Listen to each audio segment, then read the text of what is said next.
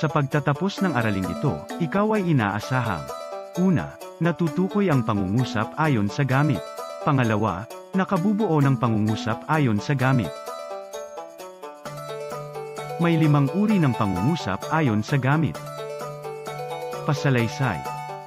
Ang pasalaysay ay pangungusap na nagkukwento o nagsasalaysay. Nagtatapos ito sa tuldok. Halimbawa, si Albert ay nanalo sa paligsahan sa pag-awit. Ang pambansang bulaklak ay sampagita. Ang patanong ay pangungusap na nagsisiyasat o naghahanap ng sagot. Nagtatapos ito sa tandang pananong. Halimbawa, ano ang paborito mong kulay? Saan ka mag-aaral sa susunod na pasukan? Pautos. Ang pautos ay pangungusap na nagpapahayag ng obligasyong dapat gawin. Ito ay nagtatapos sa tuldok. Halimbawa, iligpit mo ang iyong mga gamit sa sahig. Hugasan mo ang mga pinagkainan. Pakiusap. Ang pakiusap ay pangungusap na maaaring nagsasaad ng paghingi ng pabor. Ginagamitan ito ng magagalang na salita upang makiusap. Maaari itong magtapos sa tuldok o tandang pananong, kung gagamitin ang maaari ba o pwede ba sa loob ng pangungusap. Halimbawa, pakiabot nga ng tubig sa pitsyel. Maaari ka bang sumama sa amin sa palaruan? Pwede mo bang kunin ang aklat sa mesa? Padamdam.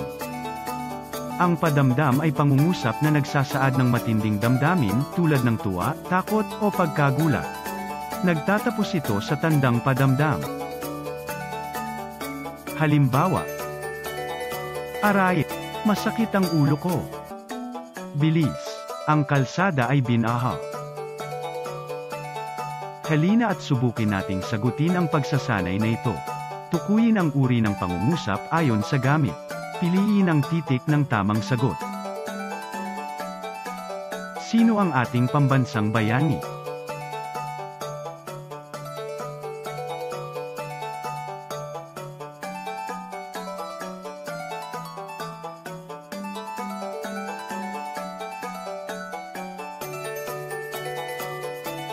Yehey! Malapit nang umuwi si tatay.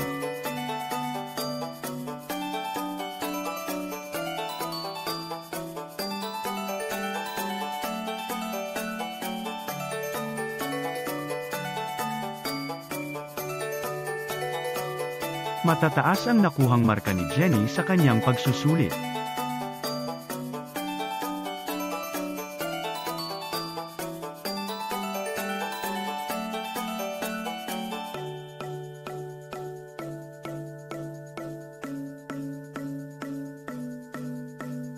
Maaari mo bang ihatid si Ana sa bahay nila?